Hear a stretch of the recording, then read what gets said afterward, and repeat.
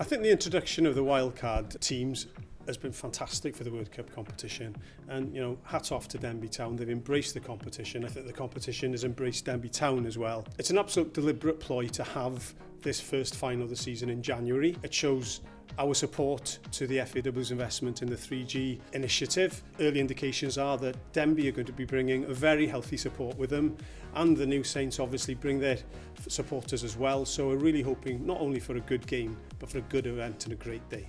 That's what TNS is all about: cup finals, winning cup games, winning trophies, and winning football games. So it's something that we'll be, we're really looking forward to. And I think especially with the disappointing result on Saturday, we've trained this week, and obviously the lads were gutted, myself was gutted, and we put that behind us, and we're ready to go and play on Saturday and really, put a few wrongs right. Obviously I don't live too far from Denbigh. They're bringing a lot of people, so it's a final and like they say, anything can happen, so it's a challenge for TNS. We're always going into every game, but we want to win it. We want a trophy. We're going in it confident and looking to win the game.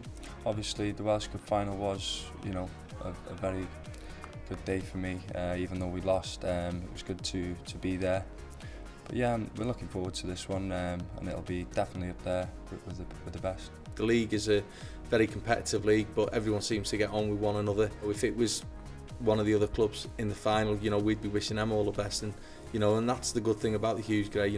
There's a lot of sides in there that they're looking at the future to get into the Welsh Premier. You look at how well Llandudno have done this year. There's a lot of rivalry, but at the end of the day as well, they'll all try and help you as well. The chairman has got a vision of where he wants to take the club. Going to the ground, there's a new fence gone in, the floodlights are there, the playing surface is decent.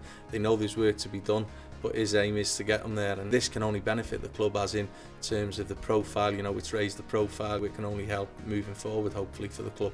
Well, Denbigh Town will certainly know, as a progressive club, what standards they need to reach by the end of the final whistle on Saturday, because TNS are undoubtedly the flag bearers for the Daffodil Welsh Premier League.